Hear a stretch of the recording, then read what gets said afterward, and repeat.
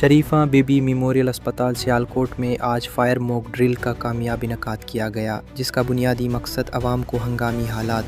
بالخصوص آگ لگنے جیسے خطرناک واقعات میں بروقت اور مؤثر رد عمل کی تربیت فراہم کرنا تھا۔ اس ڈرل کے دوران شہریوں اور اسپتال عملے کو آگ سے بچاؤ، محفوظ انخلاء اور ابتدائی حفاظتی اقدامات کے عملی طریقے سکھائے گئے تاکہ کسی بھی ناخوشگوار حادثے کی صورت میں وہ گھبراہٹ کا شکار ہونے کے بجائے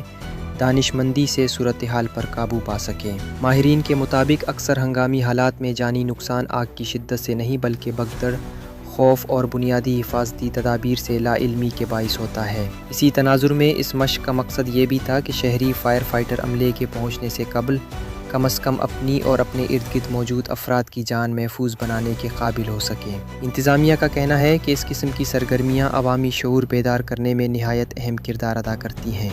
اور سیالکوٹ کے شہریوں کو چاہیے کہ وہ ایسی تربیتی سرگرمیوں میں بھرپور دلچسپی لیں تاکہ وقت ضرورت اپنی مدد آپ کے تحت قیمتی جانوں کا تحفظ ممکن بنایا جا سکے۔